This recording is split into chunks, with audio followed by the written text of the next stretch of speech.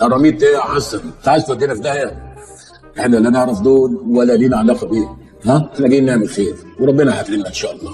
شايف البنت سوسن واقفه هي واللي معاها ولا فارق معاها ولا اكن حصل حاجه، واثقين من نفسهم قوي. دول جايبين محامي يا خال، دلوقتي يخش يخرجهم امي ويحبسنا احنا.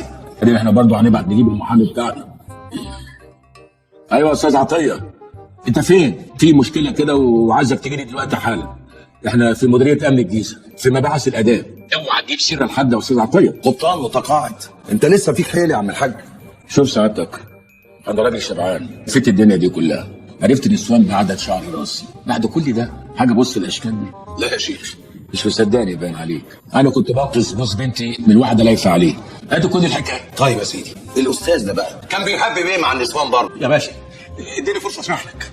انا في وضع لا احسد عليه، انا راجل تربوي والوزاره التي اشرف بالانتماء اليه اسمها وزاره التربيه. اضف الى ذلك ان اساسا بني ادم متربي. طب يا عم المتربي، النسوان اللي بره ديت اقرت في محضر رسمي ان بقى ابو الخير ده يبقى خالك. مش خالي، عليا الطلاق بالثلاثه مخالج، مع الوضع في الاعتبار ان امي ملهاش اخوات اطلاق، لا اناث ولا ذكور.